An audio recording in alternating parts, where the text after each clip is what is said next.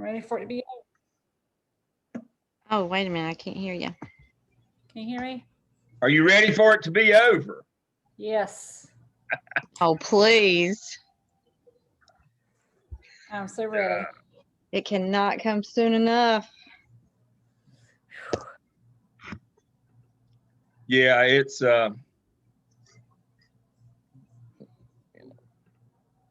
hate it. I hate it. It makes my ego get bigger and bigger along with the rest of me when I'm right. But I'm afraid I was right about this past spring has been the most stressful of the time of the COVID time of the spring, summer, fall, and spring semesters. Um, this last one was the worst. And that data is starting to come in from Gardner Webb, and it is not pretty. Um, they have set an all-time record, all time by a long shot, in the number of freshmen who said they will not come back to school. Really? All time, by a large margin. So the fall 2020 class at Gardner Webb undergraduates. Now this counts nursing. We ought to subtract them, but we don't. But of that 471 that came in the fall, 50 of them dropped out in the fall, and another 125 have dropped out already, and that's going into summer. And so we're already well below. We're already down in the 300s out of 471. And we're suspecting by the time that I talked with the registrar this morning, by the time fall rolls around, we may be 325, 350. We may lose, there's potentiality that we've already lost. We may lose nearly half that class. And so everybody is stressed in the school business. Teachers, record number of teachers not coming back, resigning. One of the ladies that works for us, who's a principal, her daughter, 13 years, has left the profession. Master's degree, national board teacher, 13 years experience, and she's left. She's decided that she will do something else for a living. So it needs to be over here before much longer, where people can get some sense of relief, I guess. But I'm just wondering what's going to happen. A lot of freshmen or would-be freshmen are talking about gap years now, and the ones that came this year regret they did and wish they had taken a gap year. So I'm hoping that a lot of them are just taking a gap year off. I don't know that. So more data points that the spring has been worse than the previous 3 semesters, almost combined in terms of anxiety and lack of retention, that kind of stuff. Not good. Not good.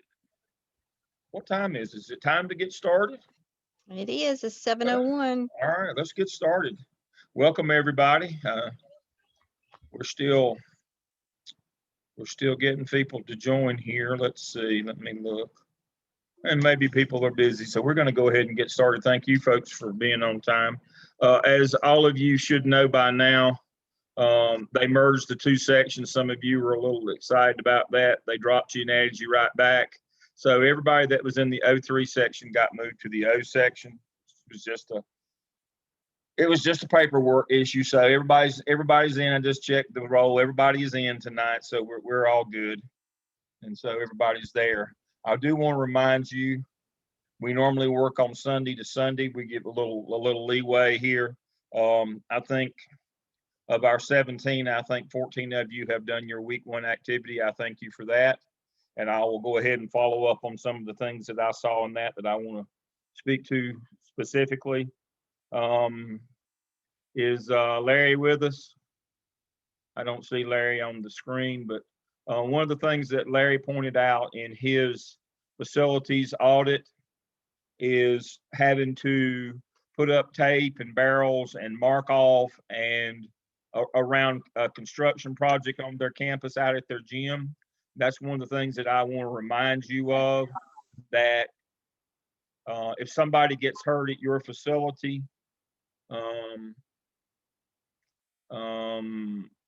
that it's going to be on you. And even though your facilities department may be the one that's doing the maintenance or fixing up or whatever, there's Larry. But as Larry pointed out, his school has had to go out there and change the traffic pattern around their gym and mark it off and change it, do all those things. You better check those kinds of things. If you've got a renovation project or a construction project, you need to make sure that your students and the public can't stumble into an accident around that on your facilities. That was a good point that Larry brought up in this week's when he did his audit. It's just a reminder that you're responsible for everything on that campus. And even though you might have some knuckleheaded construction workers that take down safety barriers and do things like that, you better make sure, and if it becomes an ongoing problem, you need to speak to somebody in your facilities department. But I have lived through a couple of those myself. When I was principal in Burke County, we did a renovation project, and they simply hired a construction management firm. We didn't have anybody overseeing that, and those guys were a hazard. I had to go down one day and remind them not to be using propane torches to melt glue off the walls while we had students in the building. We literally had to take kids outside who got gassed by that burning fumes. I mean, people will do things that dumb. So that's a good point that Larry made in his. One of the things that is Will with us tonight, one of the things that Will was talking about, lockers in his school. You need to zip tie unused lockers. That's bad for kids to store drugs and weapons and other contraband items in those lockers. Especially if they're not assigned to them, it's hard to prove that it's theirs. And so if you've got lockers in your building, go to Lowe's, get you a bag of those zip ties, those plastic ones, put on those lockers and keep kids out of them. It will cut down on a lot of the stuff, the bad things that go on in your building.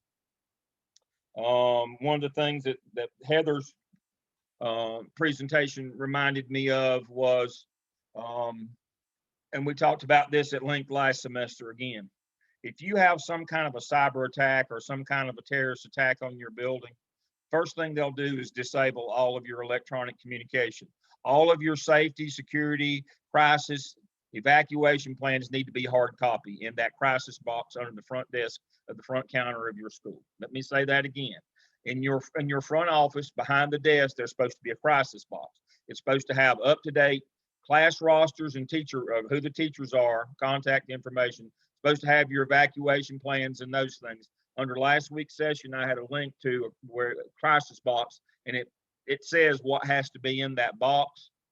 But one of the things that we forget to do is update it. As some of you found out when you looked at that this week, that was one of the constant themes is you found your crisis plans, but a lot of them had former faculty members that were outdated. They've got to be updated on a regular basis, but they need to be hard copy. There was a time when it was written in the job description of your data manager at your school that every Monday they were to print out hard copies and put in that box.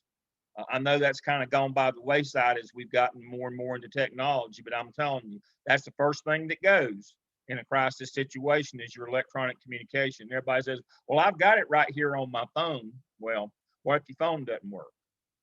You need to make sure that in that crisis box, you have your hard copies printed out. Now, I also want to speak to evacuation routes quickly before I move on to talk about the OMA for a minute. You're supposed to have 3 different evacuation plans in that box. Let me say that again, 3.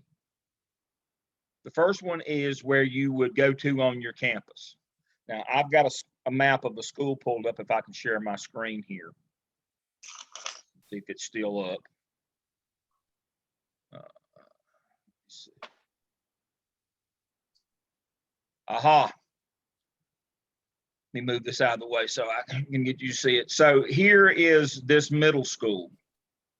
And what you're supposed to have is a place like where you come out the end of the building quickly here and go to this area here and maybe this area here. I hope y'all can see that on my screen. So that's your short-term evacuation place is on your campus, but where you can get far enough away from your building that you would be safe in case of a fire or something else going on. So that would be it. Now, if I move this thing out, you need a secondary place where your kids can walk to away from your campus.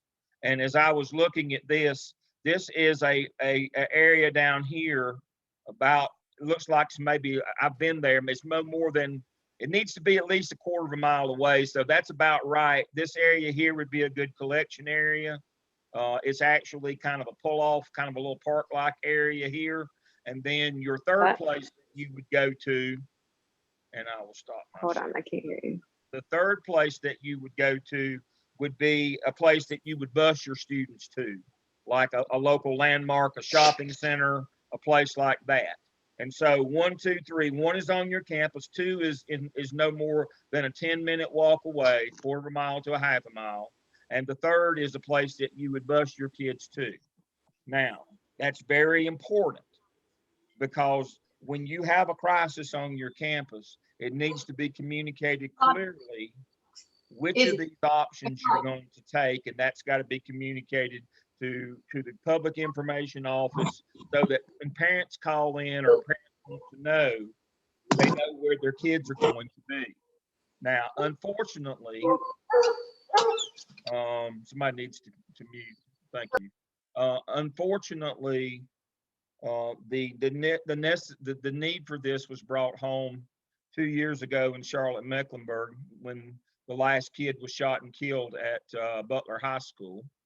Unfortunately, that's pretty much a yearly occurrence in places, but there was a shooting on campus. And what they did was, because it was an active shooter situation, they had to leave the campus. And there's a church nearby. Well, the confusion came in that parents were expecting kids to be at that church, but when they got to the church, they decided that it wasn't far enough away. Again, it was too close. It was not more than a quarter mile away. And so they evacuated students to the local area, bused them to another area. And the big confusion, as bad as the tragedy of a child being shot and killed, but what really got all over the public was the notion that they couldn't find their kids, that the plans hadn't been updated. They weren't, the local area wasn't appropriate. It was too close in an active shooter situation. Kids could still get hit by bullets at the church. And so they had to move them. That was their number 2 option was inappropriate. It wasn't it was closer than the ball field. The church was actually closer than the ball field. So they had not thought through. Somebody had just written down, well, that's close. That sounds like good. They hadn't thought through their evacuation plan. And so their option 2 was not really it wasn't as good as option 1. And then when they got there, they realized that the bullets were still flying and they could get hit there. So they had to move to the next place. Well, guess where all the parents showed up to pick up their kids? At the church. Kids weren't there. Did not go well. And eventually heads had to roll over that situation. You don't want that head to be yours. You don't want to lose your house over this. And so understanding when you have to evacuate your building, 3 places, 1 on campus, 1 that's you can walk to, but it's got to be at least a quarter of a mile away so that kids can't get hit by flying debris or bullets. And then a place where you bus the kids to, like a shopping center or a mall or a park or a coliseum in the bigger cities. You got to have those places. Now, again, it's all fun and games till somebody gets their eye put out. You don't think about this stuff until you need it. And then when something like this happens and goes wrong, everybody and his brother and media, parents, everybody's looking for somebody to blame. So you need to remember those are the 3 things you're looking at. Now, back to my view here. And here's another thing that you're going to need to understand. This particular middle school, and I have visited this school, it was one of the first safe schools ever designed in North Carolina. It is a fortress. You cannot walk in. You know, it's got all the locks, the doors. I mean, everything. This place is tight as a drum, except here's the problem. As you see, as you come in off this main road right around here, you drive around, this is the car loop, and of course the bus lot's over here, which is good. But here's the problem. You see the ball field right here, and you see this area? If we zoom in on that area, you notice that the grass is wore out. Guess why the grass is wore out right there? Anybody have a guess?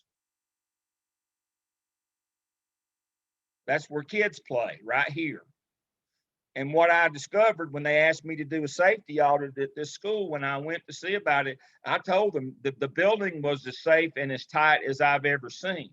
The problem is all these kids right here that I could have either grabbed or shot from my vehicle no more than 10 or 15 feet away, and could have been. And here's the thing, and the reason why they designed this school so safely. In 2 minutes, you can be on a major highway, 421, and be to 95 and be in another part of the world in a matter of seconds. It's only 1 mile from a major thoroughfare. And that was their concern when they built this building, that you could grab a kid and be gone. Well, they did a great job on the inside, but the outside, not at all. I mean, I could drive right up and grab a kid and be in, and I mean, the kids played right there in front at the car line. Not a good design, but if you're the school administrator there, when you're doing your facility, first thing I'd ask for would be at least a cyclone fence there, at least 8 feet high. I mean, that would be one of those things that I would ask for. Otherwise, you know, again, you didn't build the building, but if you get a kid taken from your building, it doesn't matter who designed the facility, it's going to come back to roost at your doorstep. And that's one of those things that, again, you don't just need to look for, when you do these audits for safety things, it doesn't matter how many years the building's been open, and you think, well, obviously somebody else realized that. If you see an obvious thing like there needs to be a fence going to our playground here because people from the car lot can just grab a kid, you need to get that, you need to get that request in and make them tell you no. You need to do that.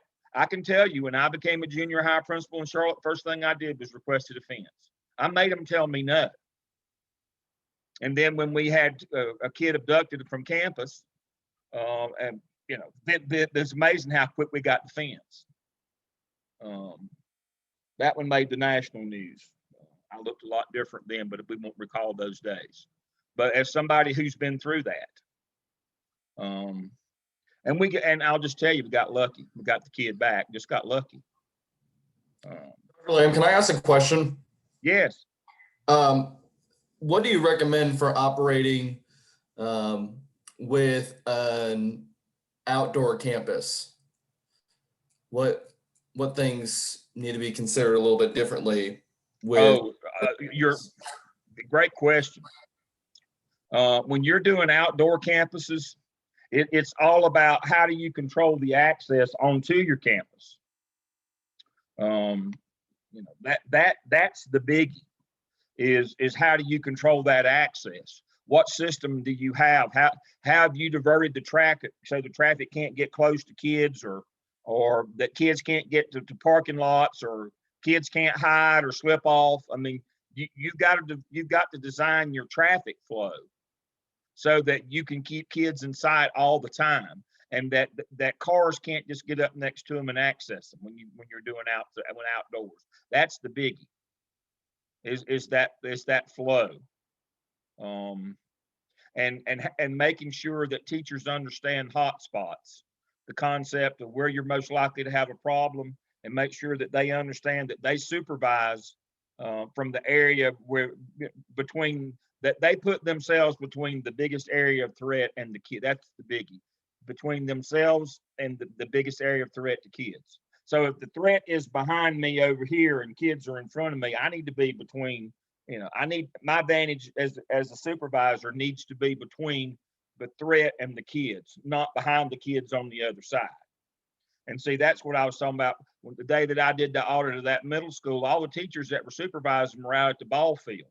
They were on the other side of the kids. I as the unsub was 10 feet from the kids. Even if they had seen me, there was nothing they can do.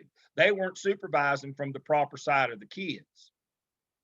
They were on the other side, and they weren't on the side closest to the threat.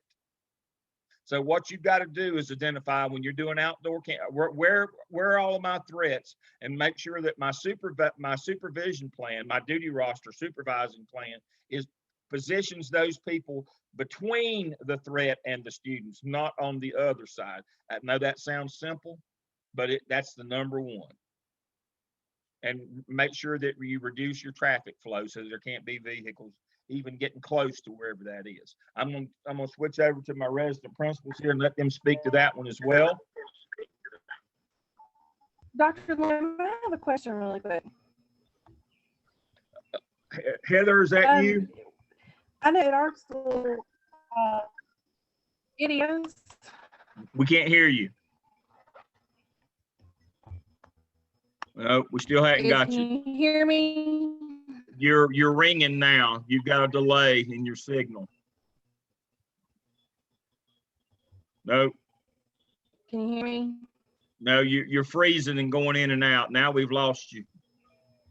All right, you got your video turned off. We may be able to hear I'll type you it. now. All right, is it better with no video? Yes, yes, Can you hear me? yes. Okay, all right. So, I know when I was looking at our plan at my school, the local police were heavily involved in helping to create that. Is that standard practice, or is that just we got lucky? No, that's what you want. That's that relationship that you want to build. Now, you know, most everything you're going to tell me this semester, and I'm going to remind you, you need to involve your law enforcement. You know, you need to run this by them. You need a partnership with them. I'm actually on a committee. We've got a doctoral student who is looking to explore that relationship between the school principal and law enforcement. You know, if you've got a good relationship with them, they'll come in and do a lot of these threats and active shooter. They'll do a lot of these things and they'll help you with this stuff. The problem is when you don't partner with them and you don't get them to help you. And then when somebody says, well, did you have somebody check this plan out? And you say, well, no, I just thought it looked good. That's kind of like, as I'll tell you later this semester, you're not qualified to conduct an investigation of sexual crimes. You don't want to be on the stand and somebody asks, what's your training and expertise in investigating sexual crimes? And you say, I have none. I stayed at the Holiday Inn Express last night. That won't go well in court. That doesn't make you an expert. Yes, what we hope, Heather, is that a lot of these things that we can partner with, especially if we're a secondary school and we have a school resource officer on our campus, we don't want to use them to make them do discipline for us. That's not their role. That's an abuse of using them.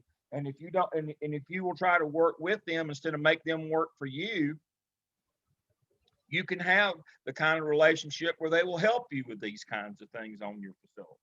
I'm going to go to our resident principals now to talk about especially outdoor supervision. So I will say that I was at a school that was an outdoor school. It was an elementary school. We had pods. Can you hear me? No, you sound like a robot. Nope.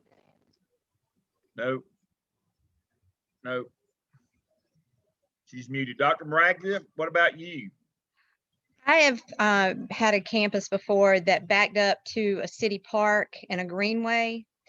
And we unfortunately had several instances of people coming off of that greenway wanting to expose themselves to the children. And that's one thing we had to do, as Dr. Lamb was saying, we knew that was our hot spot.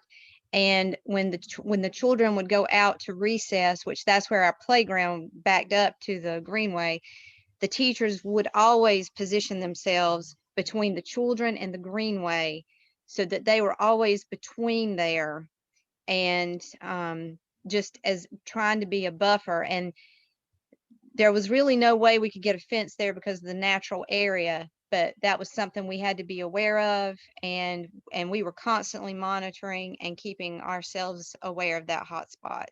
Absolutely. Absolutely. That's what you have to do. I was a junior high principal in Charlotte, and we backed up to a supermarket strip mall kind of thing. And they had gone in, and when the school had been there long before the strip mall supermarket, the food line had been there. And when they went in and built the food line, they tore the fence down. And there was the development company, Marsh Properties, owned that property, and they tore the fence got taken down, and that was the first thing I asked for, and we didn't get it. And then when we had a kid abducted and drug over onto that property, we got the fence back up eventually. But we on the other side, same kind of thing. We had a place on the other side where we had to get where we had on the other side of campus where we had to get our faculty between, between the threat and the students on the other side. But then on that side, our fence got taken down. I've had several campuses out country. I've been in the middle of that one was as urban as it gets, right in the middle of town. I've been in suburban. I mean, you've got to do threat assessments all the time. And you've got to keep active and knowing. But hopefully, Dr. Caton, are you back online with us, Dr. Caton? Let's see, am I back on? Yes. Oh, hallelujah. So when I was an elementary school principal, we had an outdoor school as well. We had different pods and things like that.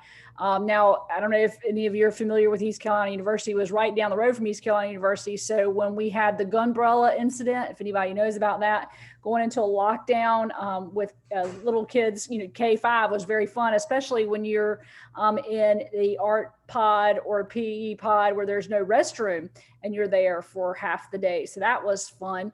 But the biggest thing also that we had issues with is that the back of our school backed up to the Greenway. So people could just walk onto our big open area with our basketball courts and things like that. So I always had to get the public off of our basketball courts and all that. And even though we had a fence around the front, there was nothing around the back because it's a greenway. So that was a big thing, and making sure, it's supervised at all times. Now, for the high school level, we do have, all our schools in Pitt County have evacuation routes and things like that. And our sheriff's department, police department work to help us. So I'm in the county school, so that's the sheriff's department. And they did not include the sheriff's department in the planning. They include the police department with the cities. And so the sheriff's department was very upset that they weren't included, because that's what we have in the county, or sheriffs that are our SROs. So we had to meet. I met with my SRO, and then we revised the plan that the city had done, and then we had to present it for our evacuation that we wanted, or that we felt was the best for our school. So being very aware, like Dr. Lamb was saying, is having the involvement of your SROs and your sheriff's department and the people around you is very, very important. That's exactly right. And the issue becomes jurisdictional, unfortunately. I'll use, when I was in Burke County, again, we worked with the sheriff's department when I was in Rutherford County, but in Wake and Mecklenburg counties, in the larger districts, when you're in the city limits of Charlotte, you work with CMPD. If you're in Huntersville, Mint Hill, Matthews, Cornelius, or Huntersville, you work with their PDs. And if you happen to be in some unincorporated, like where was Catherine Ellig, Anna, what's the name of that school up there off of Croft Community School? Yeah. If you're in a place like that, that's one of the very, very few places in all of Mecklenburg County that's unincorporated, and that's the sheriff's department. And so in one district, there are, I believe, either 8 or 9 different police forces that are involved with policing of schools in one school district.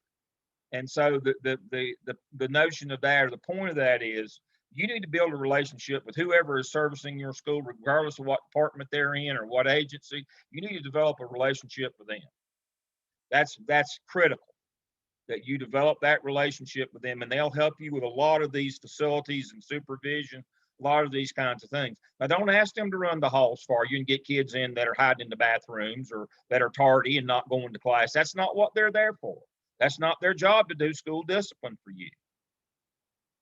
And I see You know, I saw some of these things, you know, I, I'm even bothered by the notion of having them being on traffic control. I'm even bothered by that as well.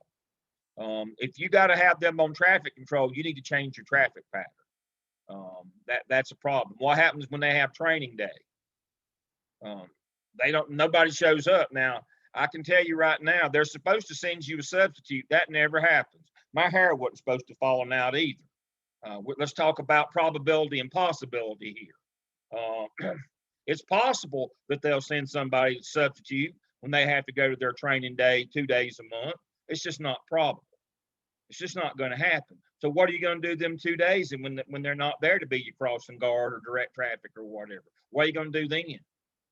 You say, well, I'll remember, I'll go fill in for them. Yeah. If you're like me, if you sleep, you forget. And so you better, having them do your traffic is not a best practice. It's just not. That's not what they're there for. And so you need to make sure that you involve them at all costs. All right, shifting gears to the OMA. We've had our first turn in, and I'd like to call out Kitty, who did such a great job with her OMA Task 1. And just as a reminder, let me share my screen and we'll go to our shell. On our shell, let me move this out of the way so I can get to my other browser here. So in our shell, you can go one of two ways. You can go to OMA Task for Review, or you can click on Discussion Board, and either one of them will take you to our discussion board. And you simply scroll down to where it says OMA Task 1 for Review. This is where you upload your tasks for peer and instructor review. That would be me. And when you put them there, I'm going to read them same day. Just in the next few minutes, I am going to do that. They go there first for review.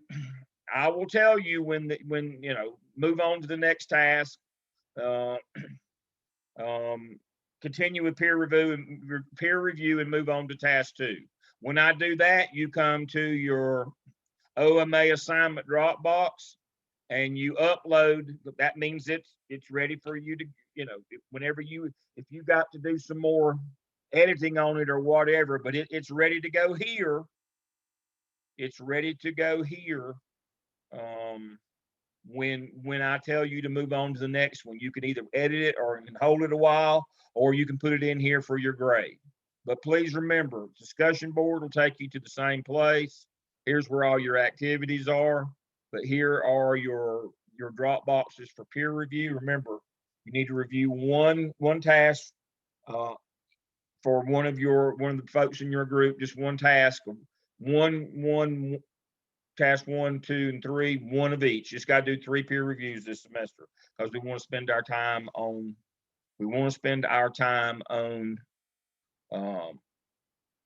our case studies this semester. So that's all the housekeeping things that I have. Anybody have any questions on OMA or your discussion board from this week before we dive in till tonight? Okay, share my screen and go back. Here we go. All right, so looking at tonight, as a reminder, under last week's Zoom session, as I told you, here is Dr. Maraglia and Dr. Caton's folder from last week, and here is last week's video. So if you missed last week, they will always be posted. It may take me till midnight, but I'll have them in tonight. So here is the video from last week. Here are all the documents we covered, and here's that folder, that shared folder with all those things that Dr. Caton and Dr. Maraglia promised you last week. There it is.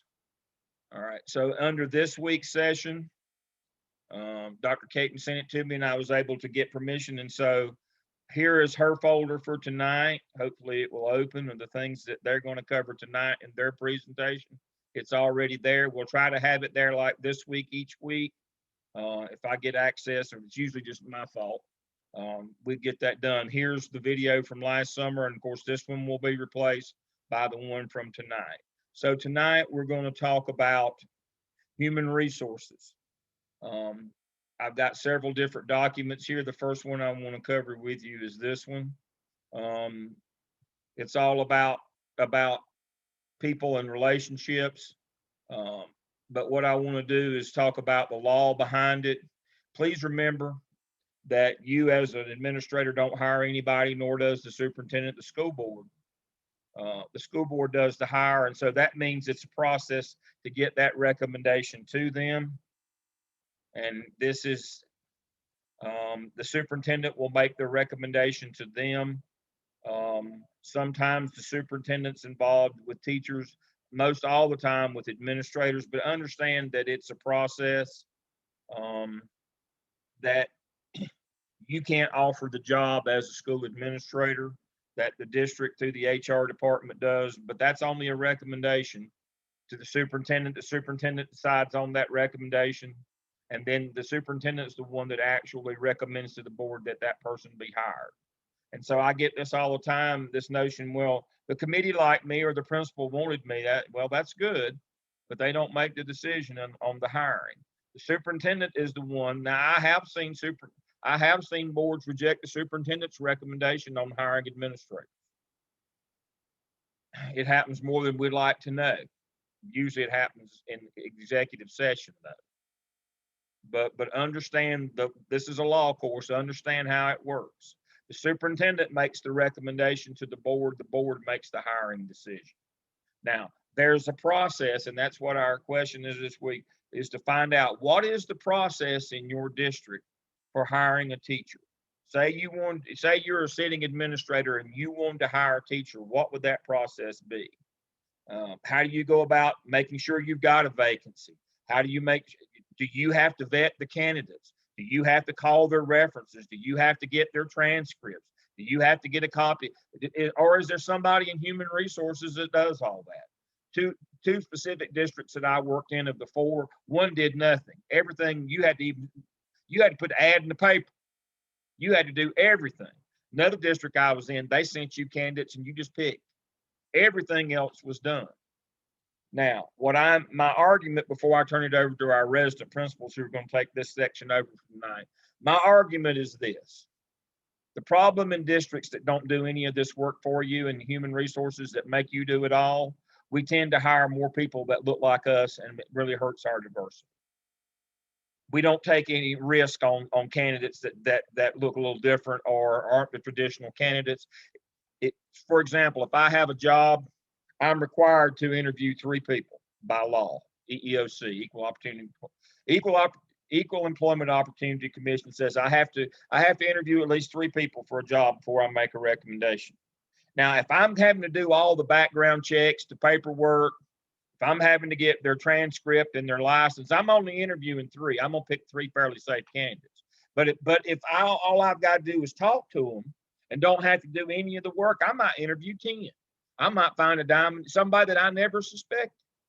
But what happens is one of the reasons why smaller districts that don't offer very many services to principals, my thesis is that the reason why they continue to hire the same people over and over is because of convenience. It's too hard to do all this stuff on 10 candidates when you're only required to do it on 3.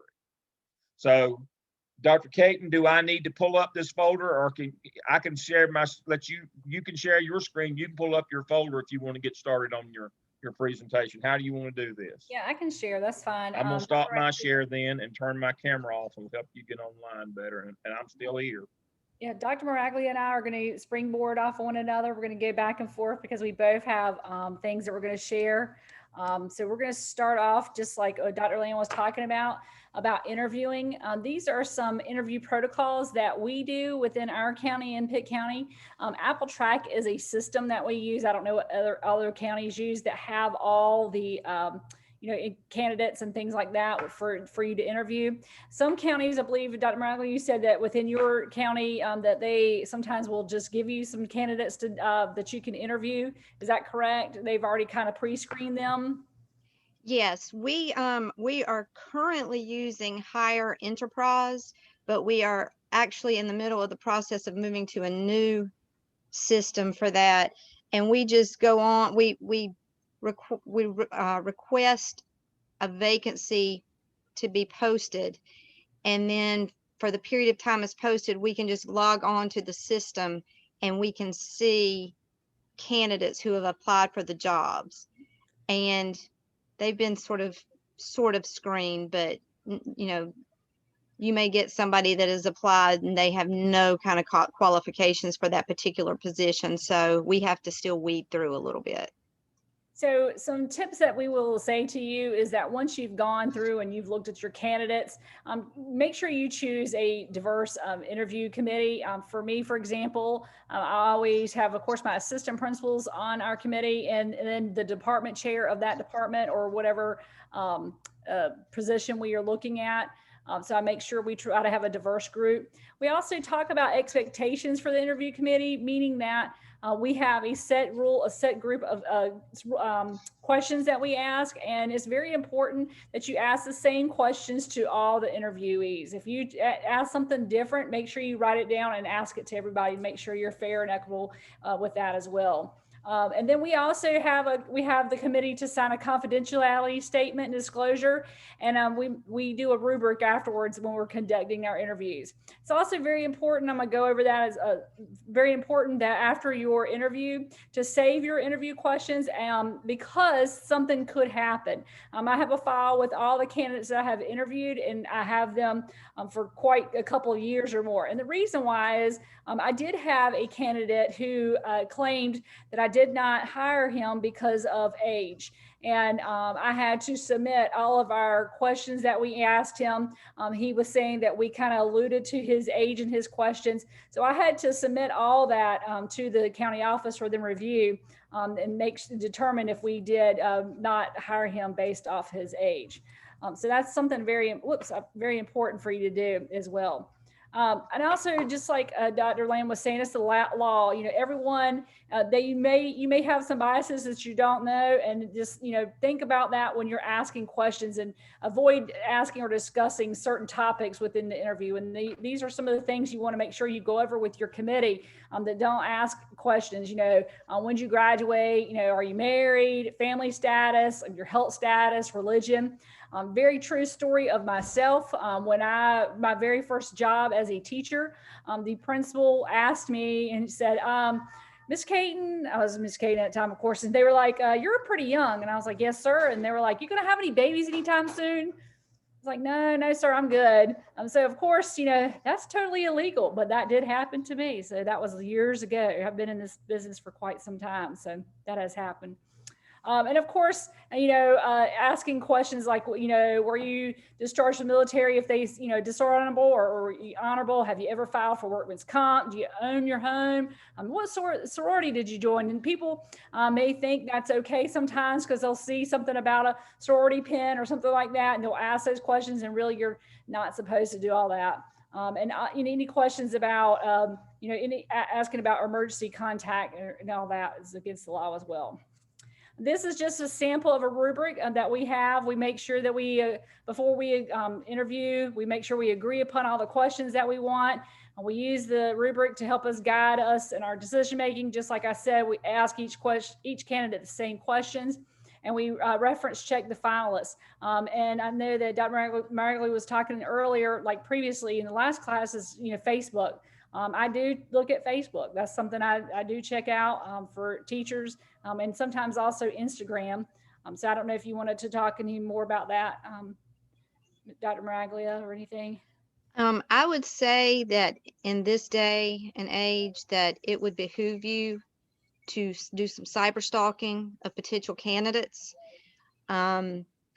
Just 2 weeks ago, we're in the process of hiring for a position, and I felt kind of good that I really didn't want this person, but other people on my committee liked this individual. And as we began cyber stalking, we discovered that she had been accused of abuse in a school in another county. And it might not have shown up in our when we did any screening, because she had only been found, she had to pay some civil, she had a civil case, and she had never been charged criminally. But we obviously did not want to go there in that direction.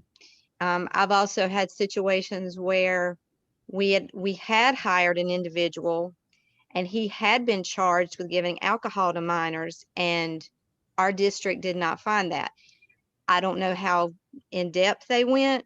And in one of the forms in the folder that you'll see that it's in Dr. Caton's, but my information is in there as well, is some information about doing background checks and some things there from my district.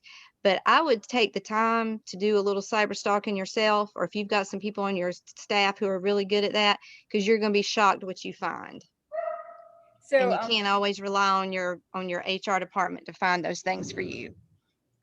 So like I said, that, you know, keep all your documentation on file. I don't necessarily do one of these confidential agreements every single time, as long as I have one for my assistant principals myself, and each if a department chair or a different teacher sets in on an interview committee, I go over, you know, interviewing etiquette and things like that. And I always keep it on file.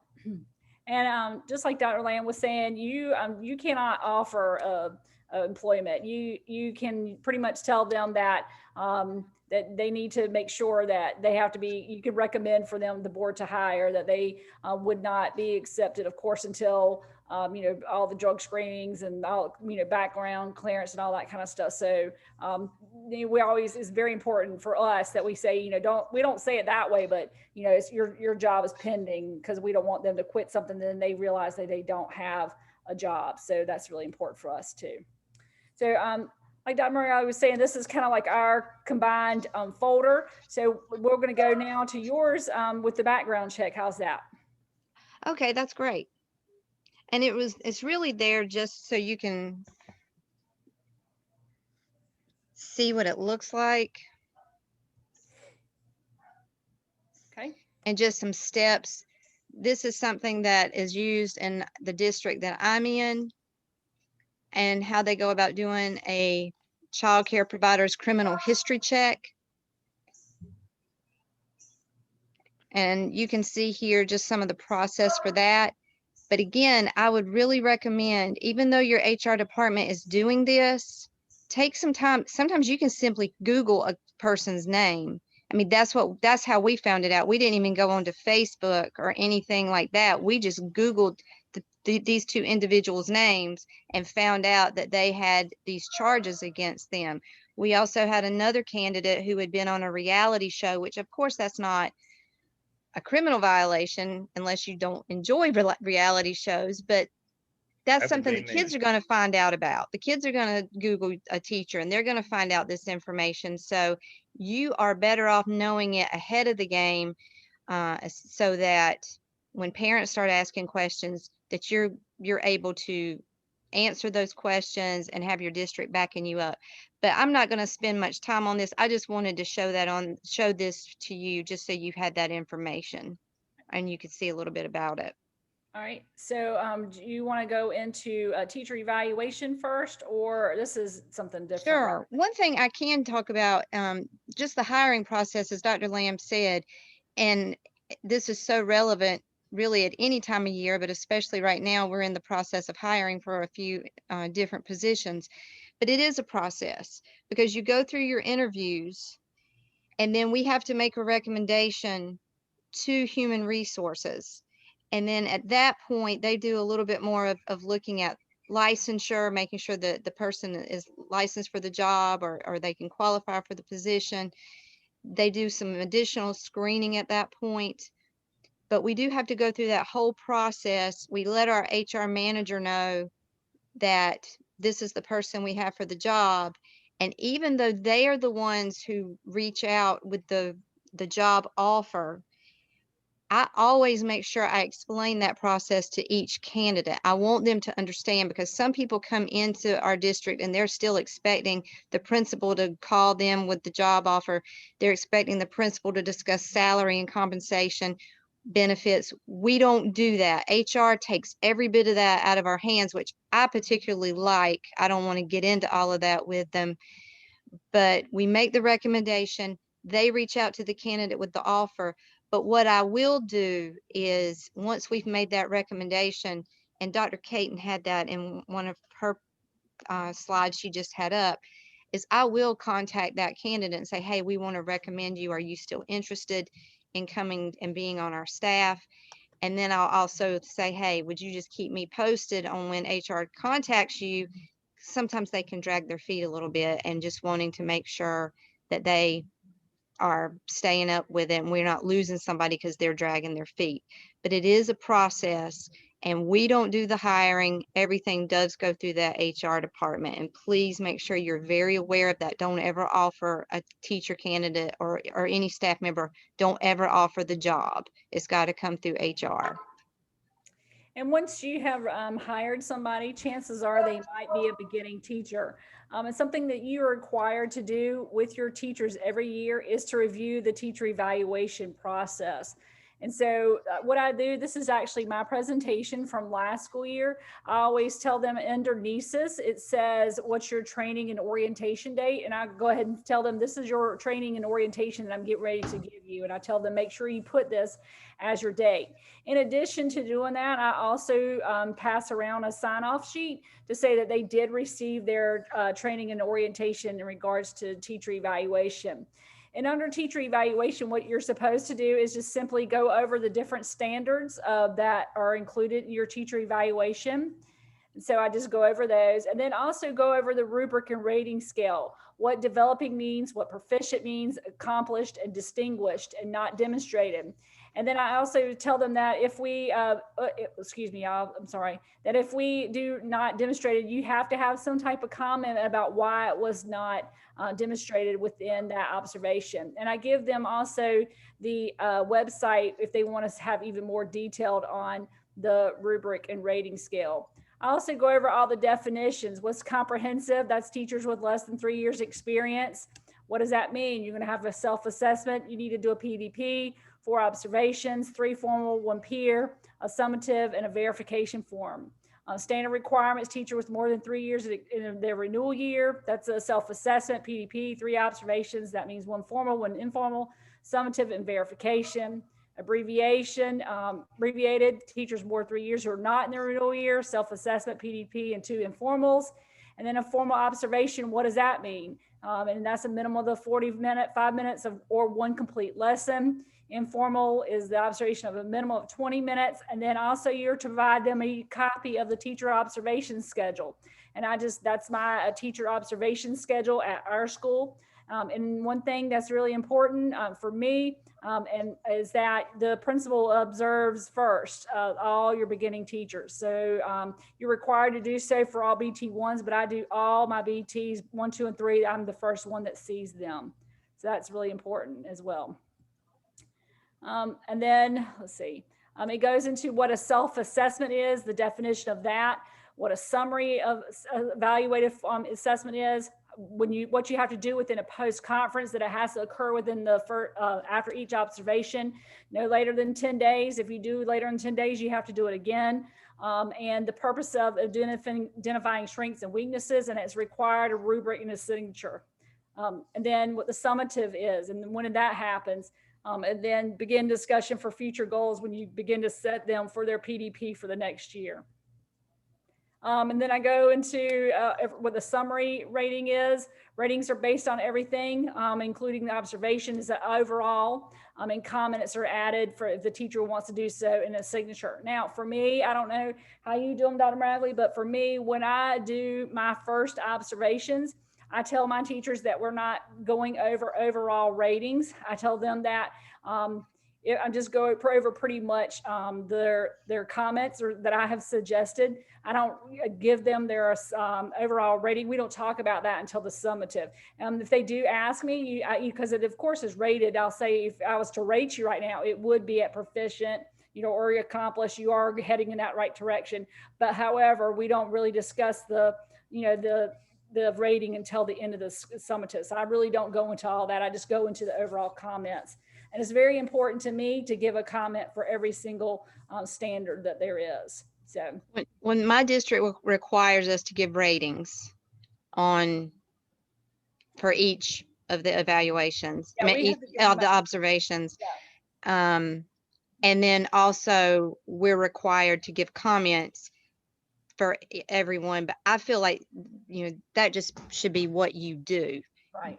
You've got to do that. And one thing I would like to say as part of this is while you're in this program, if ask about getting the opportunity to get trained in evaluations, getting trained in the evaluation instrument, do it now, because I'm telling you, if I've got 2 candidates for an AP position and one is trained and one is not, and everything else is equal, I'm going to go with the one who's trained, because you're going to be able to help me out of the gate doing evaluations and observations. If you've got to go get trained, that means I got to wait for you to get trained, and all of this is falling on me and the rest of the administrative staff. So do it now. That would be some great experience for you, and it's going to give you a much better overview of the whole process. Right now, you know it as a teacher, but to know it as an administrator and what it's like to evaluate somebody is really important. Another document that's in there, Dr. which, Maraglia, can I stop you just 1 second? I'm sorry. of course you can. Dr. Caton, if you'll go back to your matrix again, and I want to double down on that, what you just talked about, Dr. Maraglia. Yes. No, your matrix where you had your names of and all the observations that had to be done, your schedule. All right. Now, what Dr. Maraglia is talking about is These are the my principal of the school has to sit down and look at every certified faculty on there and figure out how many evaluations and what kind they are. And we call this the matrix. All right. Now, once you have your matrix of how many they need, you have to plug in the available administrators who are going to do those observations, whether they're full or half or walkthroughs or whatever they are. And what Dr. Maraglia is pointing out is when you get your first job as an AP, if you've not been trained by your district to and certified by them to do observations, somebody else has to pick up your slack until you get trained. You talking about wanting to get off on a bad foot, especially with the other APs at your place. The principal kind of one that hired you, they'll give you a little slack. But the other APs that work there, they wouldn't give you air if you were in a jug, if you're making them do extra observations and all the write-ups and the follow-ups and all that stuff. That's Dr. Lamb. The advice you'll hear tonight is from me is if you can get trained now, do it now. And so if you see, these are all of our BTs who have all the comprehensive. These are all the teachers right here who are in their renewal years. And then of course your media counselors and ICs, they're in a different observation. And then these are all the teachers. And then I have when they renew, so I can know when I need to move them up. So all these, will be, they just renewed last year. And so these right here, I know that I'm going to have to move them up, and they're going to be on the ones that have the longer observations next year. So that's the way I keep up with it. So I can know exactly who, when, where, and what. And I'll be honest with you, I go behind and make sure that my assistant principals and things like that are doing with their observations, because for example, if he, like, for example, I have 2 assistant principals, there's just 3 of us. So if Mr. Hutchinson or whatever has not done Ms. Crumpler's informal observation, I can't do her summative, and that's going to hold me up, and I want to get that done. And so I, continuously am looking, reviewing.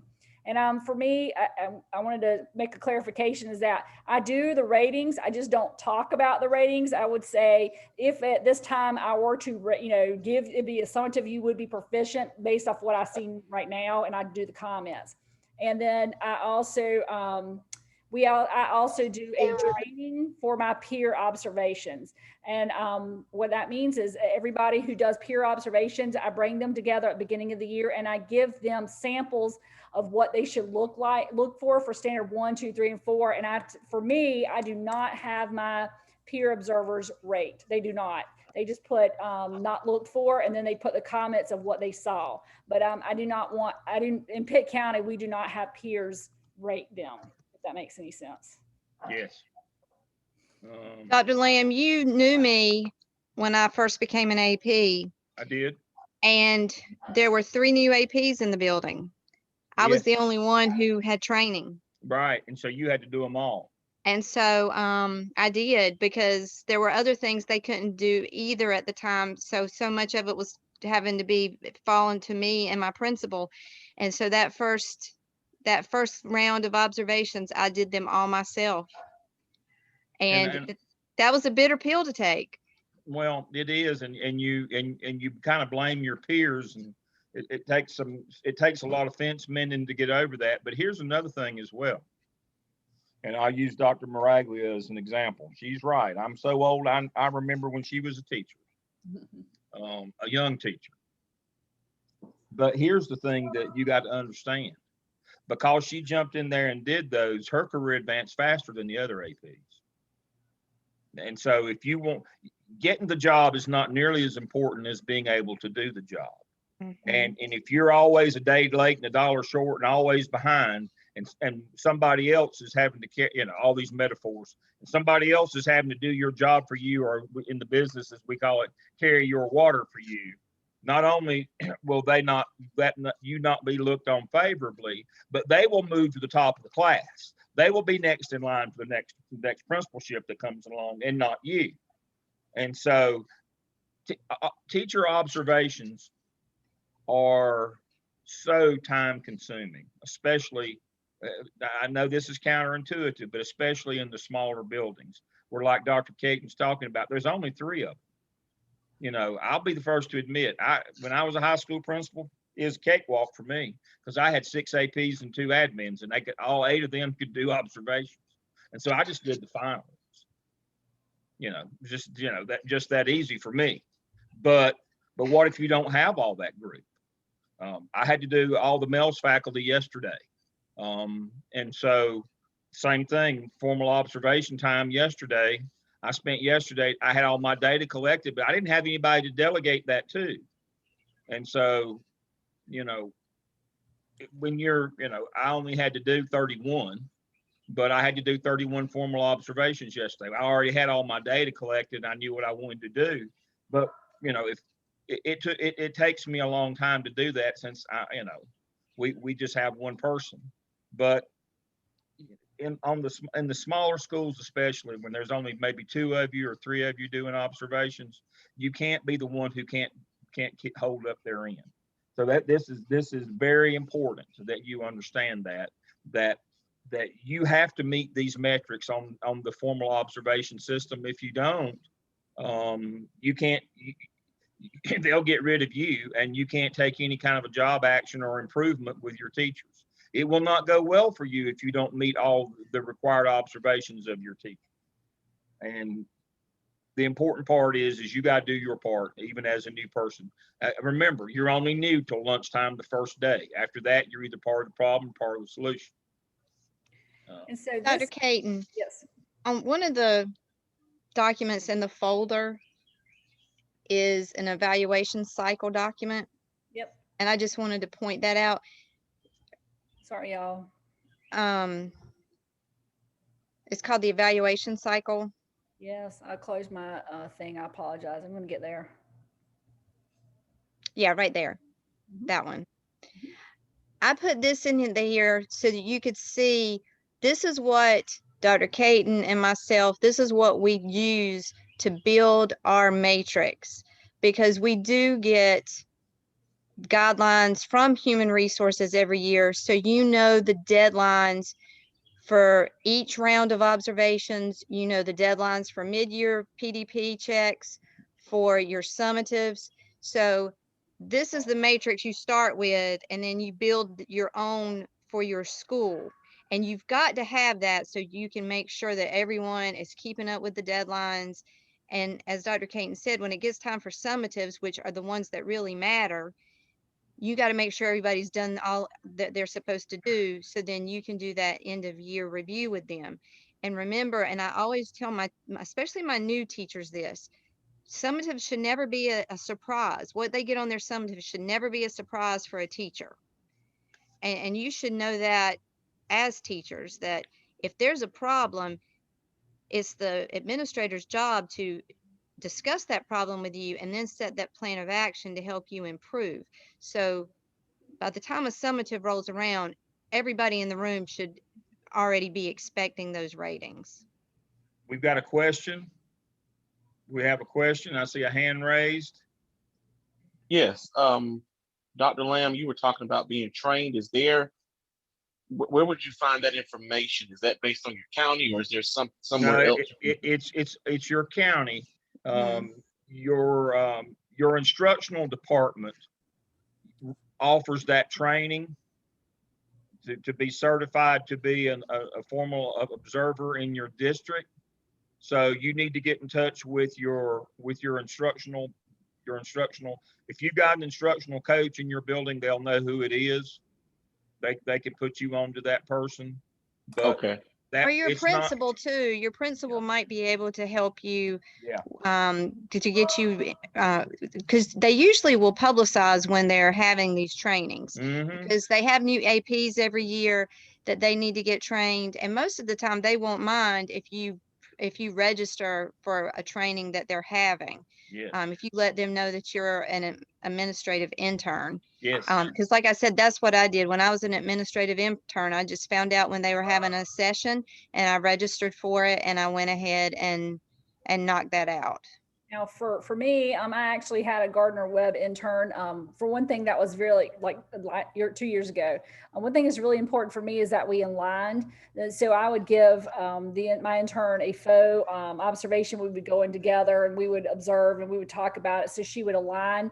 We'd do the same thing with walkthroughs.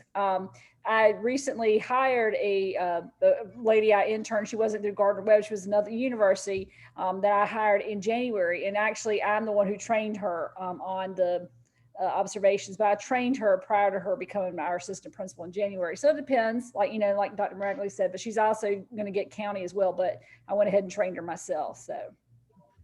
But that's a great question. Each individual district has their own process that they put you through.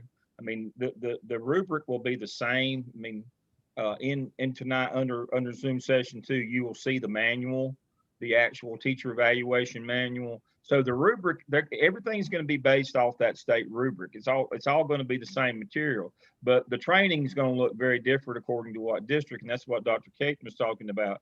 She actually sat down and did what's known as inter-rater reliability with that person to make sure that when you see this thing, we both rate it the same.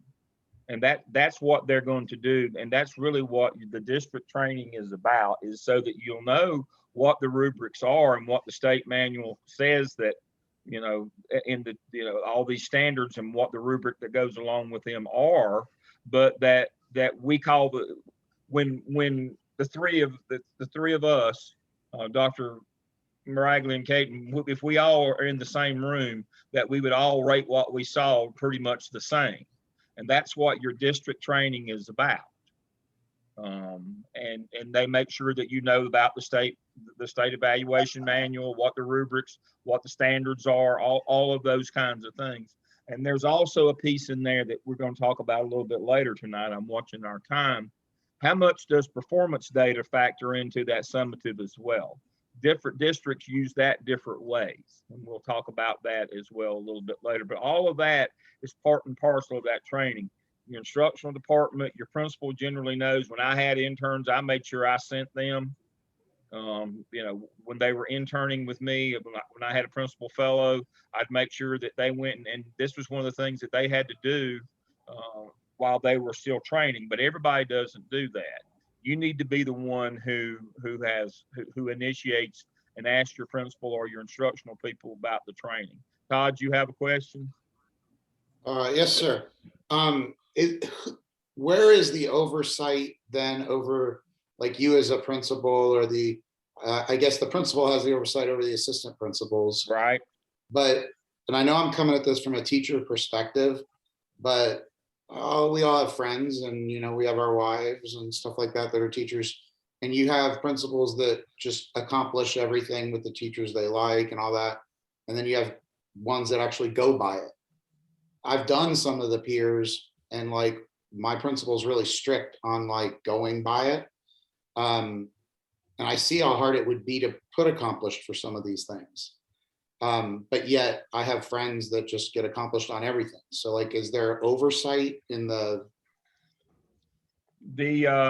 area superintendent or the superintendent, or in smaller district, the assistant superintendent that's in charge of instruction? you know, I've worked under all those systems. I've been that person as well on the other end. And that's the first thing when we sit down and do principal evaluations, and I'll show you that manual. It's also under tonight Zoom too. Principals get evaluated too, either by their area superintendent, the assistant superintendent, or in the smaller districts, the superintendent. And that's the first thing that we have to have artifacts. Just like evidence artifacts, we do our evidence, which are written narratives. We have artifacts as well that you will generate from having done the work, school improvement plan, the budget. But one of the artifacts that we ask for when we evaluate principals is we have to see their matrix, and we have to see their teacher evaluations. And so we're looking for that inter-rater reliability. Are you seeing the same thing in two different classrooms and rating one of them accomplished and one of them simply, you know, developing? I mean, so yes, that is part of the artifacts that you have to present as a principal when you get evaluated. That is correct, Todd. That is the one of those major artifacts. And so I'll show you that when we go to I've got it already pulled up in the administrators, when on that manual for administrative evaluation, assistant principals and principals, that is one of the artifacts.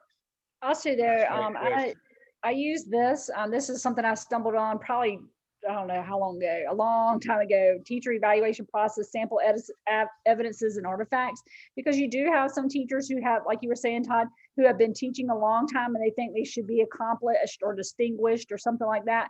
And to me, this is a really, really good rubric that I have found. And so when I have a veteran teacher who says to me, how can I become distinguished? I can sometimes, you know, I already know what this says because I've gone through it, and I'll give them some of these things because this is some really good artifact ideas to help them to know what it would be to get proficient or accomplished. And I use this with my administrative team, so we're all together, as well as for my peers. And if you saw, I did a quick little peer, and these are some of the things that we pull from when I do my peer observation stuff. And I will go back and add this to our folder for tonight as well. And I stumbled upon it from another county. I'm not gonna lie, I stole it or I borrowed it. That's what you do, right? Right. The That's best right. educators are the best thieves. That's right, exactly we are. right. You get the That- best stuff. Dr. Maraglia, once we've hired them, we've already talked about, we had to go through the whole training process. So I'll let you go ahead and talk a little bit more about what we have to do for the beginning teachers as well.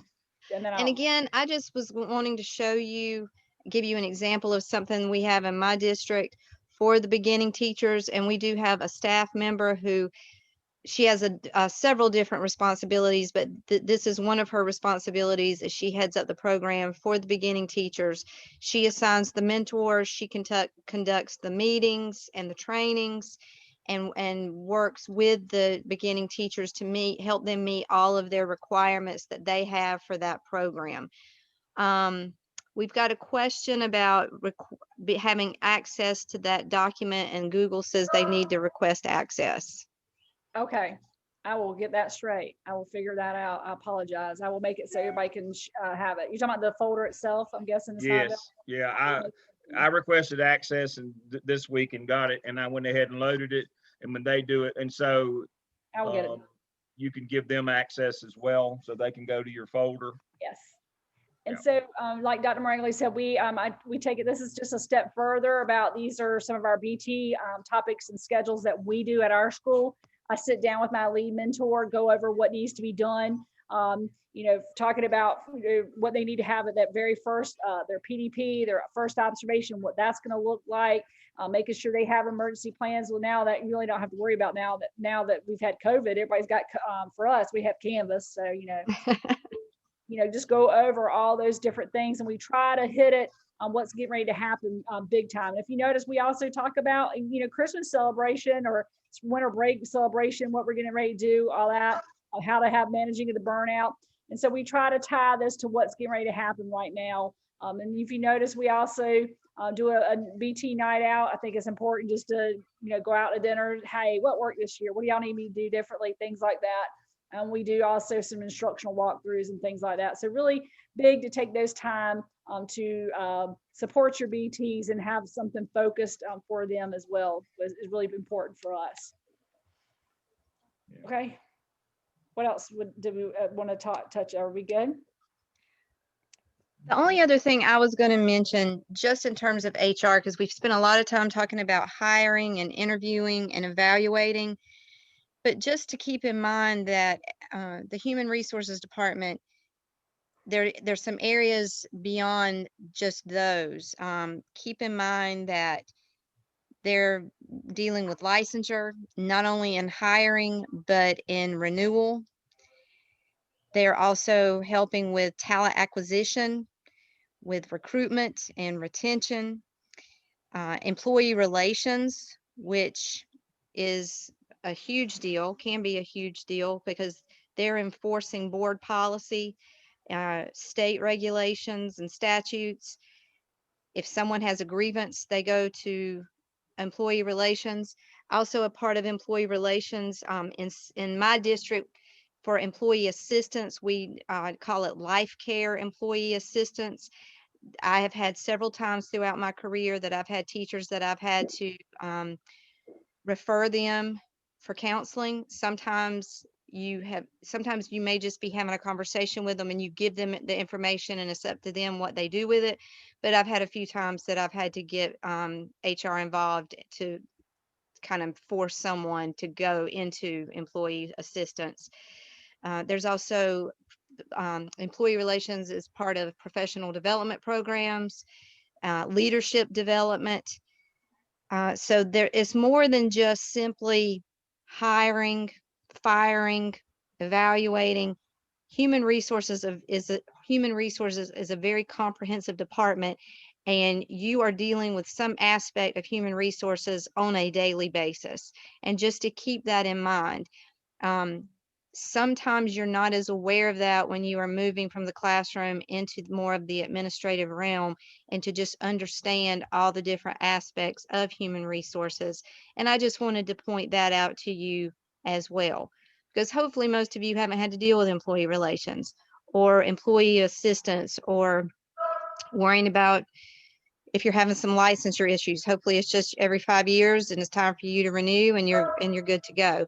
But you're just going to have to start getting more familiar with those aspects as an administrator, because you're going to find yourself in situations where you're dealing with them very closely. Okay, excellent, thank you. So I'm going to share my screen. Now So, these, Dr. Lamb, I changed it. Will everybody just let me know if they are able to access that now? And I'm going to add that other. okay, thank you. And I only see it just in the O one. Do you want me to add it also in the O3 as well? They've been merged, they're all in the O section now. Gotcha. Okay. Sorry. I'll They're take care of all this there. question. Okay, so Heather has a question. Where does the responsibility fall for teachers that need to be placed on an action plan? That's the principal. Mhm. Principal has to do that. And so that's where I'm headed now. And to summarize what Dr. Maraglia just said, it's all about people and relationships. And there's 1,000 different things about HR. There's more to it than just hiring and evaluating. And one of the things that you'll be asked to do next week is find out about what employee assistance you have in your district. Now, you don't have to be the most knowledgeable person, but you at least have to know some basic things and who to refer people to. And again, you need to stay out of compensation, advanced degrees, national board cert pay, and all those kinds of things. That's above your pay grade. That again is over in your HR department. But there's more to human resources than just hiring people, and the process of hiring and evaluating. Between those two things, there's a lot of different things involved. And so I want to get out of that one. And so I have the teacher evaluation manual. I have it queued up here. This is it. And here are the standards as you were seeing. It also has the rubrics in here. And you can see all the different parts of it, the process, all the cycles and all the things that they've just shown you. And so it's pretty involved. If you've not, here's what I was talking about. This is what Dr. Caton was talking about, her little cheat sheet. So when a teacher asks, what could I do to move from accomplished to distinguished? she can tell them specifically if they need more information than it's just what's on the rubric. Tell me in real life, what would I see? And so here it is. And again, teachers have to have artifacts as well. And these are the things that would be artifacts that you could point to a teacher and say, I saw this or I didn't see that. So that manual is in there. So make sure you understand. So now action plans. I have one and I don't have this one. Let's see. I think I have it under another week, but I'm going to go ahead and pull it up now if I can find it. So the question is about action plans. There is a timing that has to happen. Let me do this. So let me pull it up. I call mine, this is my PDP like y'all did last semester. For the APTEL, at the end of the APTEL, you had to come up with a professional growth plan for your school. Well, mine looks like this. Mine is called MTSS for Teachers. Let me pull it up for you right quick. I'm getting there. There it is. And so this is what mine looks like. And so, and I've got it by, basically the date and what we're going to do. And we're going to get mentors for our beginning teachers, and then second semester teachers who aren't performing well, we're going to get them a mentor, but we're going to meet our dates. And so the notion here is, I won't go through this line by line and step by step, but that one of the things about putting teachers on an action plan is you hope for improvement, but it's called a plan. Hope is not a plan. This is a plan. And we're going to get these folks support. We're going to give them extra one-on-one coaching. We're going to have them work in small groups. We're going to do all the things that we need to do in our professional growth plan. But in the end, if they don't show any improvement, we're going to hit our benchmarks on our time so that we can non-renew these teachers at the end of the year. And since you say, well, Dale, that's pretty harsh. Well, that's the business that we're in. But the notion here is this has to be principle driven. You developed a professional growth plan for your building. You implemented that plan. You got mentors for your beginning teachers. You got mentors for your lower performing. You worked with them. You evaluated them. You gave them suggestions for improvement. You did all these things that you were required to do. You hit your time marks on your evaluation cycle. You got them on the plan by the beginning of the second semester. After for not low performing teachers, midway of the first semester, you got them assistants. And after 9 weeks that they didn't show any improvement, you got them, you put them on a plan and continued that one-on-one assistance and added some more things to it, so that by the end of the third quarter, with 9 weeks left, you can at that point make a decision on them about non-renewal or not, and follow within those legal guidelines of doing that. But it's all comes from the principal's office. That's a great question. Nobody from outside your school is going to come in and do that. You have to do that. But it's based on that professional development plan that you developed last semester. That's why we had you develop that before you had this course, when we talked about hiring and firing, evaluating, because it's all based on what did your plan say that you were going to give these people to help them grow and develop. And did you follow your plan? It's your plan as a principal for your building. You have to remember that. That somebody else is not going to do the heavy lifting for you.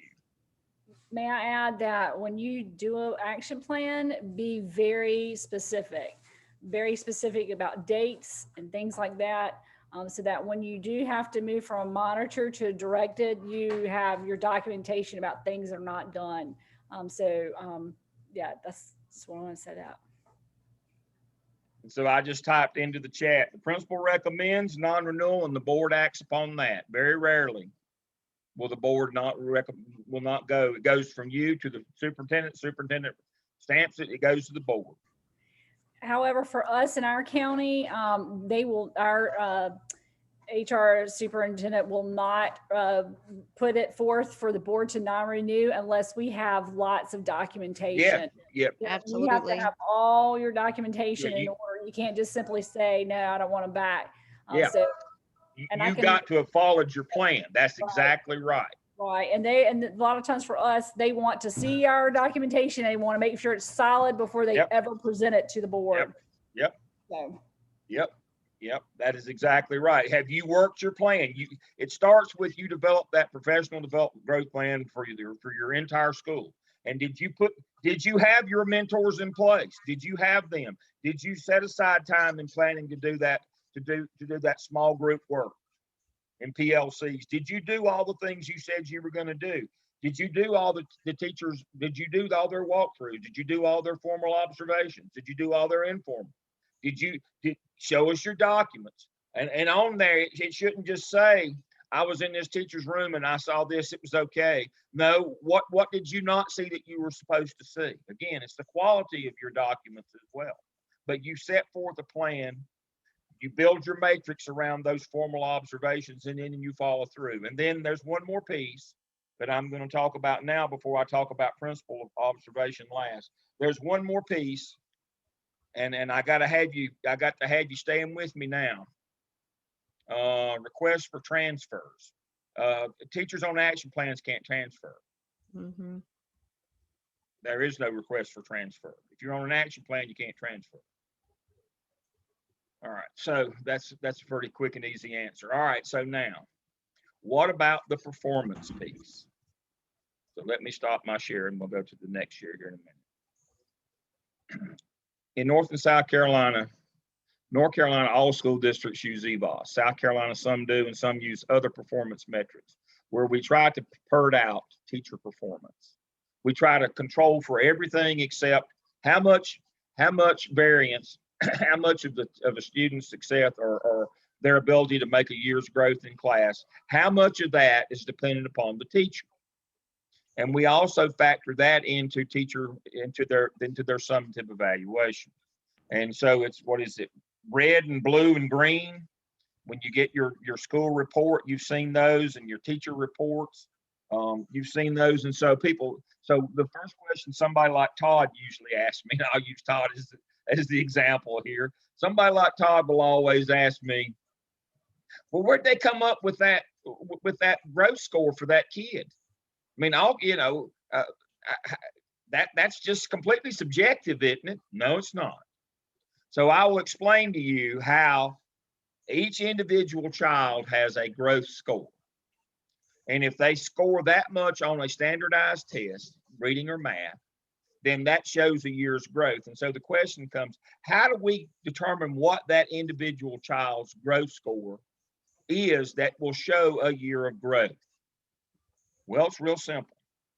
At 20 years of standardized testing, which was about 11 years ago, standardized testing started in 1990. So at 20 years, which was 2011, we took all those scores and we dumped them into a big database. Well, we didn't have the capacity to do that. So a private firm out of the Research Triangle, SAS Institute, they gave them the contract and they did it. They dumped 20 years worth of scores in. They felt like 20 years was enough. They dumped it in, and they had all these independent variables that we knew about these students. We knew their race, their gender, their age, grade level. We knew all these things about them. We dumped it in, and we've continued to collect data for 11 more years on top of that. So we're 31 years into this analysis of variance. From that, we created a linear regression and then an algorithm. Really simple stuff. So here it is. I'm going to show it to you. Now, SAS will deny this, but the official is proprietary, but I can tell you what those variables are. And so I'm going to work you through an equation on how, when you get when a kid comes to you, and then all of a sudden, like magic, this score appears that says he's got to make this much or she's got to make this much to show a year's growth. This is how they didn't go eeny, meeny, miny, mo. There was a system as to how that was done. So here it is. Let me share my screen and we will go to that one. And so here it is. So what I've just explained to you is in this. It's under tonight's lesson plan. It's in there. It's the EVOS lesson plan. And so here's how the data breaks down. People say, well, this is racist or misogynist. Nope, this is what the data tells us. That race counts for 30% of the variance in a kid's test score, father's income, mother's education, 15 apiece, teachers 10%, only 10%, school district 5, school 5, grade 5, age 5, gender 5, previous test scores 5. So this is what this is what it looks like. So here's how it would work. Jamar is a third grade student in Charlotte Mecklenburg schools. His dependent variables are, he's black. He gets 20 out of 30 points on the algorithm. If he were white, he'd get 30. If he were Hispanic, he'd get 15. Motherless and a high school diploma, 5 out of 15. Beyond a 4-year degree would be 15 out of 15.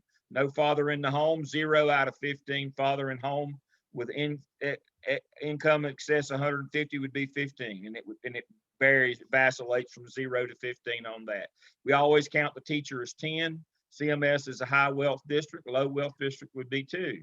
Billingsville was a takeover school, high growth school would be 5, so he gets 0.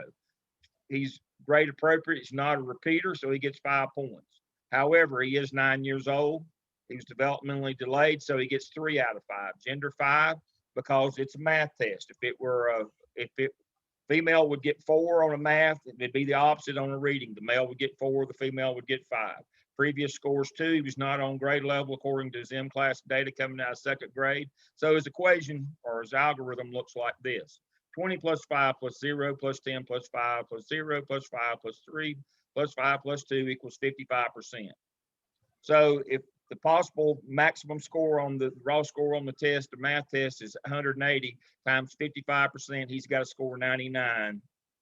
He's got to score 99 to show a year's growth. So what you can see from this is very simple. It's individual to every student. And that's how a growth score is calculated. That's exactly how it is calculated. So if you had another kid who had a different set of variables, their score might be 120. So the notion that certain kids you can get better scores or better achievement, we control. The only thing that's the constant in this is the teacher gets, we assume the teacher at 10 points. Now, if the teacher doesn't add that much value, the kid won't make growth. We control for all these other things in this kid about this, the other 9 things. And so you know how EVOS works. 85% of your kids have got to show a year's growth, and as a school, 85% of your teachers have to make their growth quotient. And so if we went back and looked at that teacher evaluation manual, that is the last standard. Now, different districts count this different amounts. So let's go back and look at that manual right quick. Let me share my screen. We'll go back and look at that manual. So when we get to, let me get all this stuff out of the way. So when we get down here to the last standard, which is standard 6,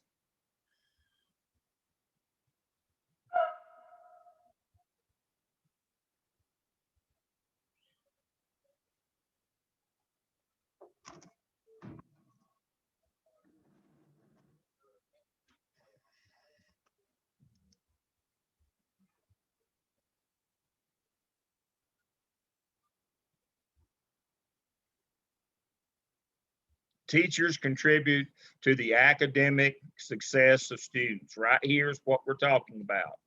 Does not meet expected growth, meets expected growth, or exceeds. That's that color system. That is standard 6 in the teacher evaluation. Now, so what becomes the debate is this. How much does an individual district count that EVOS score in that teacher's final summative evaluation? And that is going to vary by district. That's one of those things that you have to find out in your district. How much weight should you as a principal put on that met growth? That, you know, did 85% of the students in this teacher's room meet growth or not? Where they were on the color code. Now, I don't know anybody that counts at less than 10%. I also don't know anybody that counts it more than 30%. So that's somewhere in that 10 to 30% of a teacher's final evaluation is based on growth. It can't just be all of it, and it can't be that we ignore it altogether. It's somewhere between 10 and 30%. And then the formal observations and those things. So that's what goes into evaluating a teacher. We also have to evaluate the growth or lack thereof of their students. But remembering that we don't just give them, we can't just give, we don't give teachers lower performing kids and hold that against them. They don't, we adjust their growth quotient, what they've got to make. And So am I wrong, Dr. Maraglia? Standard 6 is not up there anymore. It has been taken out right. for right now. It has been removed because we didn't count growth from last year, and we're not going to count it from this year either. It's been taken out. But that was one of the things that administrators objected to. It will come back, and it still can be counted. It just is not a formal. It still can count. I was at the meeting where they were having that discussion. Standard that's why it's been on any of mine since I've been an administrator. Yeah, it can be added in, or it can be taken out. Different districts do it different ways. Some of them factor it in elsewhere.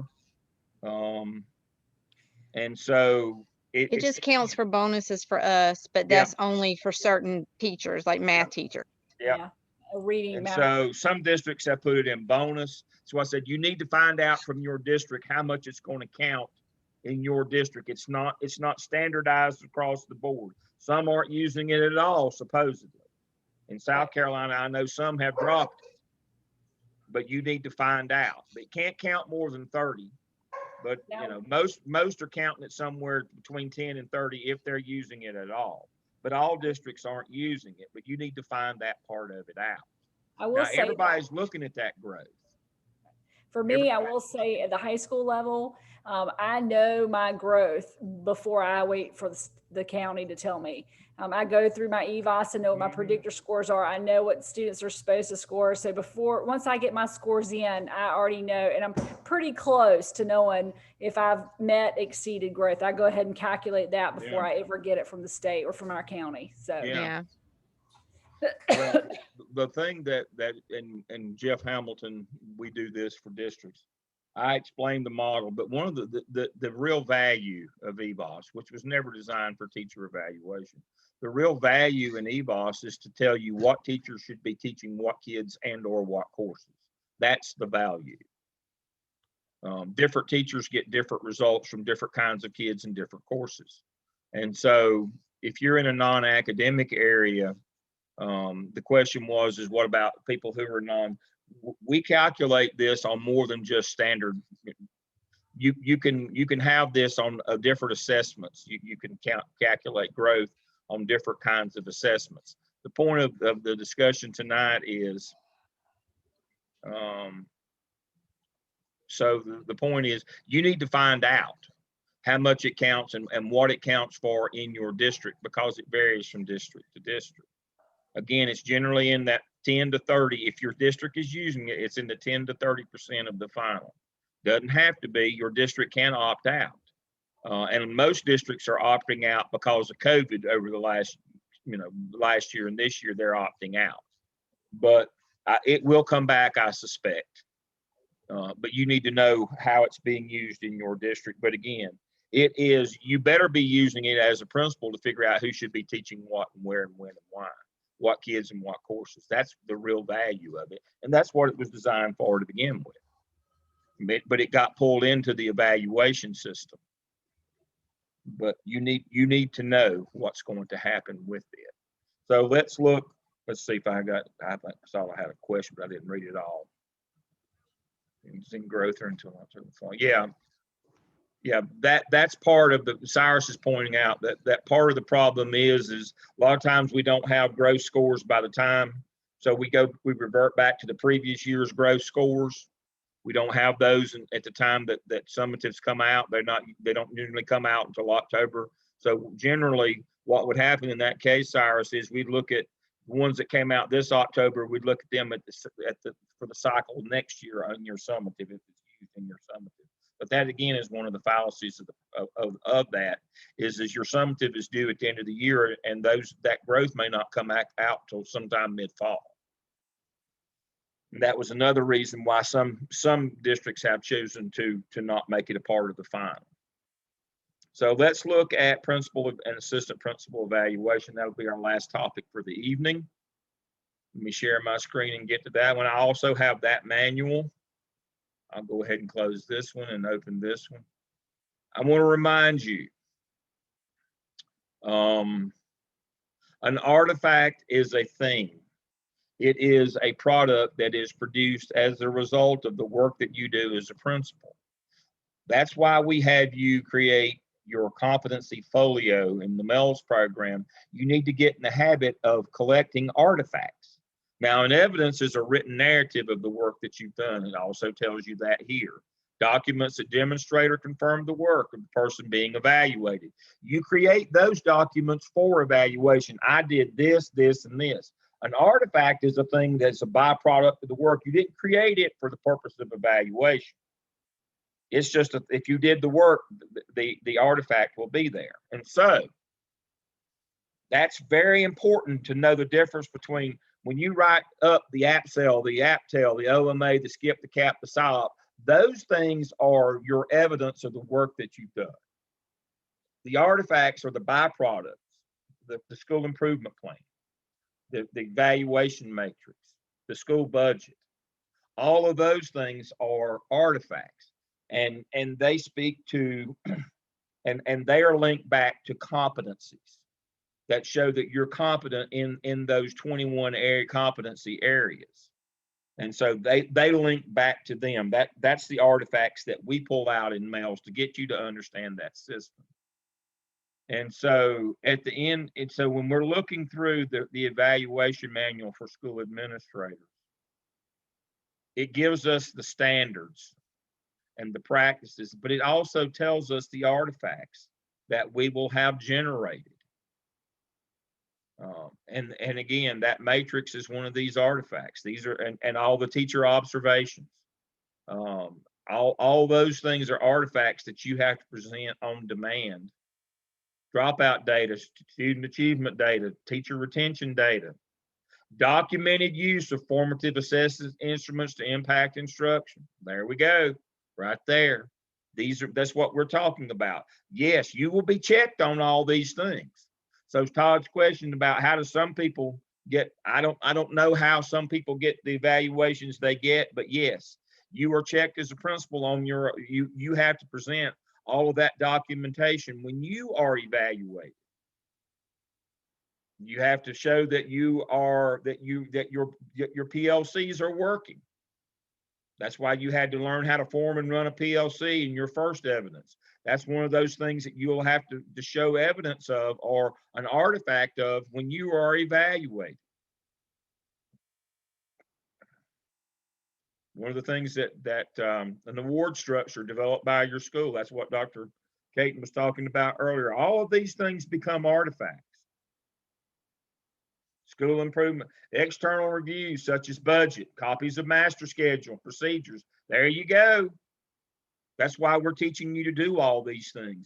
These are what you're doing for us, you're going to have to do as a principal. If you don't like evidence artifacts, this is not the business for you, because the same way that we have you do your work and the way that we evaluate you in the Mels program is exactly what you have to do and the way you're going to have to produce and be evaluated as a school administrator. If you don't believe me, just read the manual. You know, you've already figured out. I wasn't smart enough to figure all this out on my own. We just take and reverse engineer all these things that we're given. And so, and then my last part for the evening is this. And I'll stop my share. So I'll read you a text I got this morning. Y'all said we don't really care what you got this morning, Dale, but it's relevant to what we're doing today.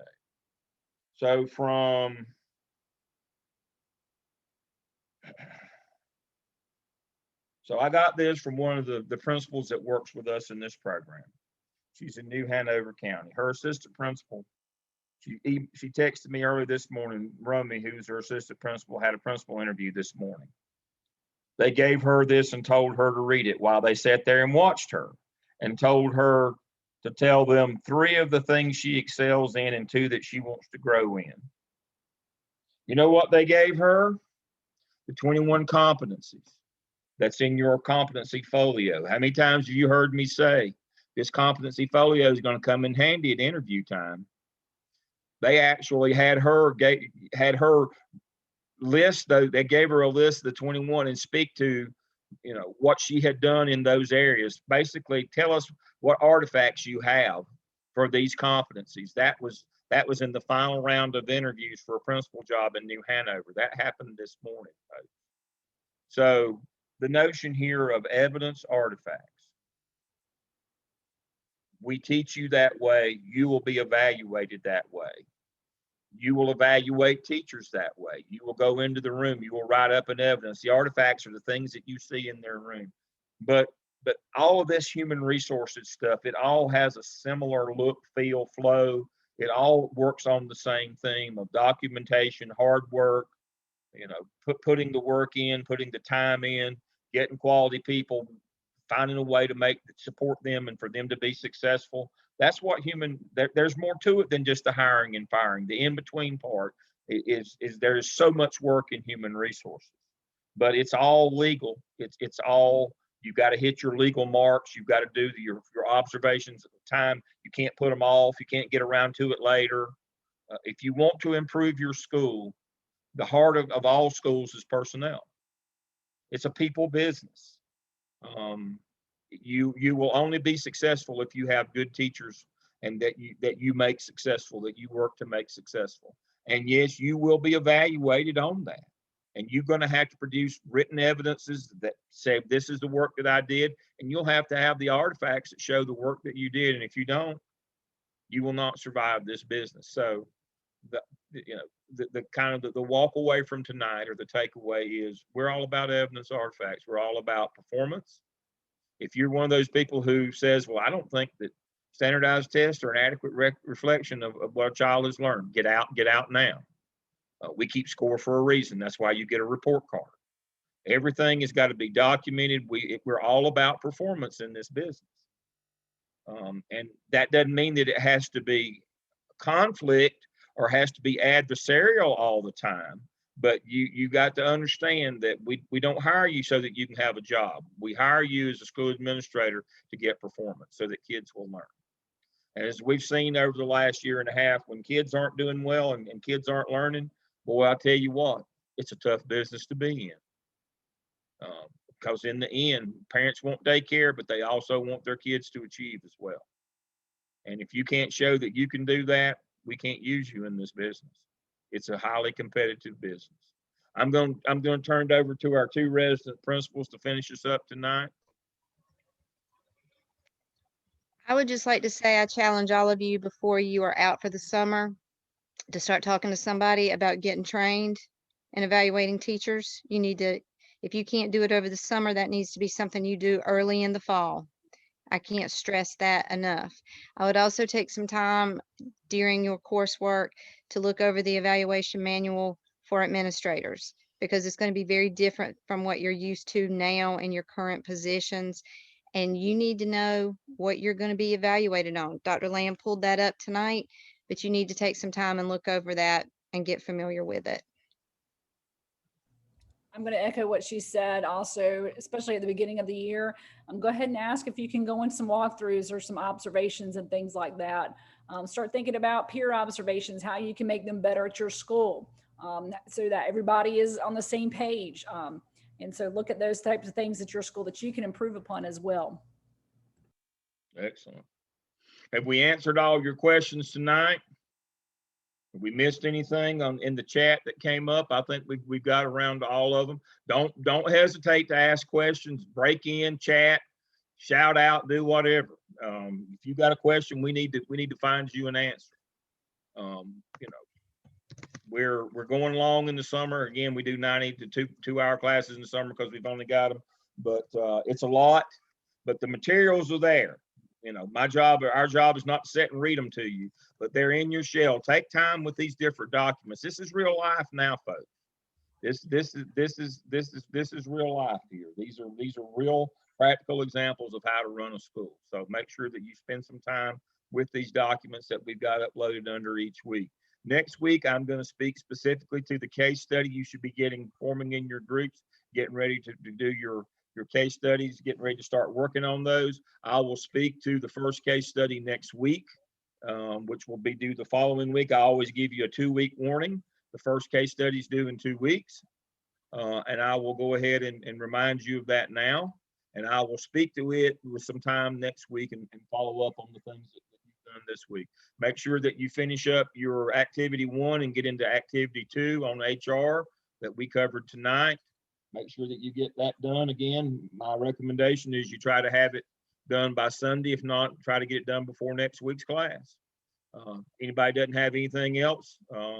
I've contacted a few of you this week about job openings. I know you're still early in your program, but you know, people, you know, time to strike when the iron is hot, I guess. So as job openings come up, you get emails from me. So watch your emails. I may shoot you one that says, here's a job opening. They're looking for somebody. You're in that area. Give it a shot. So good luck. If any of you applied this week, good luck. And we'll see you again next Wednesday. Everybody have a good week. Good night. Dr. Lamb, Yes. I have a question about the OMA real quick. Yes. So you said something about the funds for EC and CTE. What are you looking for on that? You were like what they're supposed to get versus what they receive. What services they're supposed to get. Okay. Not the money. What services? I mean, are you doing an inclusion model, an EC? Are you doing a main? I mean, how are they supposed to get their services? Okay. Awesome. Yeah, and then CTE. How again?